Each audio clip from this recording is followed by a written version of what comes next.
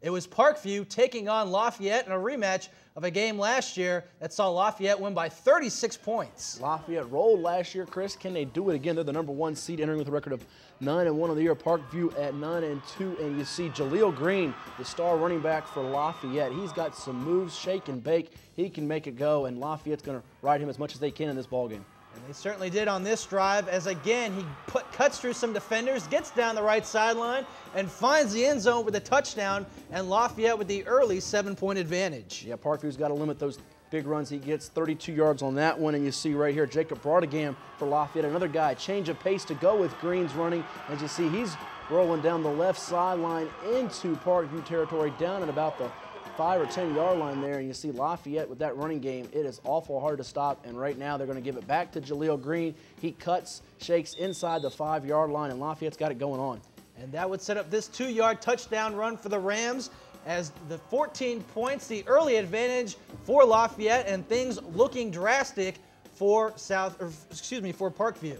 Yeah, you see Brendan McGinty on that touchdown. So many weapons for Lafayette to run the football, and now Parkview trying to get something going on special teams. It's Nigel Stanley with the return. Good return there for Parkview. This is something to get them going here, momentum on their side, and now they hand it off to their running back here. As you see, it's Stevie Pettis going down inside to the 5 to 10 touchdown. Parkview on the board with the score. 58-yard touchdown run for Pettis, just the big play that the Dragons needed to get back in this one. Going into the second half, still trailing by a touchdown. Lafayette's defense coming up with a big stop. That defensive line getting great penetration up front, and then they're going to stuff again. As you see right there, Parkview getting nothing on that one. It's going to be a punt. Oh, wait, it's a fake, and it's Gio Fagans. He's off and running here on this one.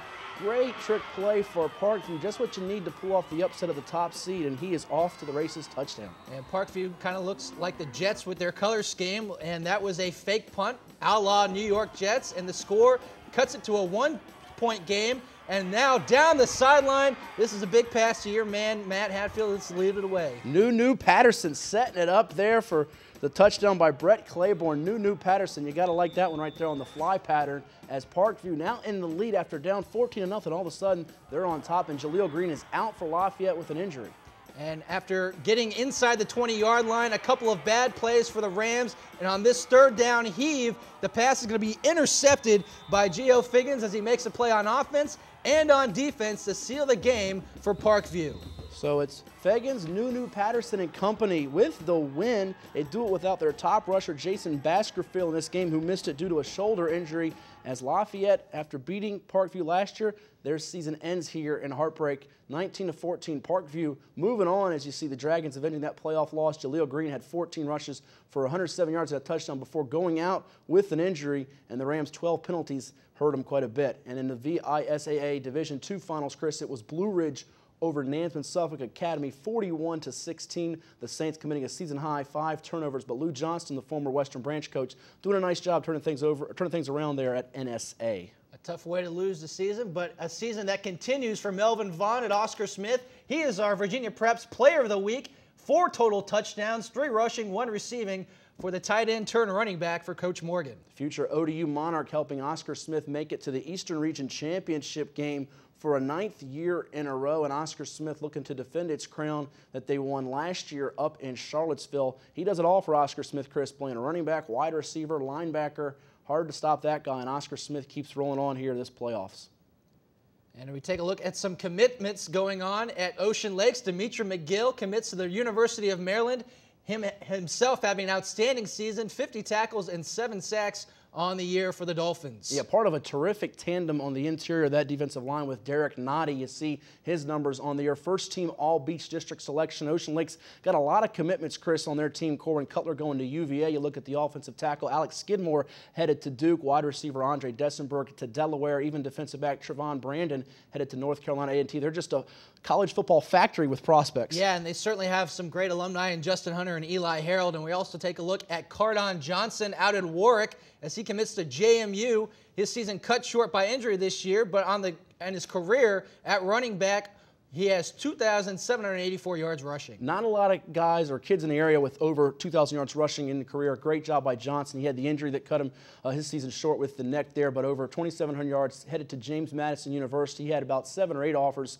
on the table for him. So Warwick Raiders with a great running back in him, they'll have to replace him next year. But this is a guy in Cardon Johnson, Chris, who could go to JMU and take an immediate impact for them and get on the field pretty early. Yeah, and the Dukes, obviously a great program at that level. As we take a look at the Eastern Region Division VI Championship one more time, it's a battle between the Dolphins and Tigers. Ocean Lakes looking to remain undefeated and kind of in the reign of Oscar Smith's Division VI crown. It's what you want. 1 seed versus the 2 seed for all the marbles in the Eastern region. Ocean Lakes coming in, Chris, with over 45 points per game, still moving the ball effectively without Corbin Cutler at quarterback. Churchill Herald's come in and done very, very well. The #1 ranked defense for Ocean Lakes. And Oscar Smith, even with all the mistakes they've had the last few weeks, they find ways to score and find ways to win. They've trailed twice in the last 3 weeks in the 4th quarter, but still managed to win.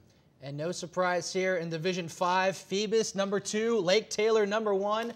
2 teams remain that are undefeated, and for Lake Taylor, you know they definitely want to get this one and a Division V championship. The big question is, can Lake Taylor deliver the knockout punch? Because they've had a lead against Phoebus in the last 2 playoff meetings, including by double figures last year, and couldn't put them away. It's going to be awful hard. In the Northwest Division VI championship, Chris, you got Colonial Forge, the 3 seed, taking on the #1 seed, C.D. Hilton. This is important because the winner will take on our Eastern Region Division VI champion, either Oscar Smith or Ocean Lakes. And in the Division V championship, a surprise as North Stafford taking on #5 Mountain View. 4 losses on the season, but one of these 2 teams will be hosting the Eastern Region Division V champion, Phoebus or Lake Taylor. So we've got some great playoff matchups here to close out the region championships. As we move on to the state playoffs, we're out of time. For Chris Park, I'm Matthew Hatfield. We'll talk to you next time here on the Cox 11 Sports Report.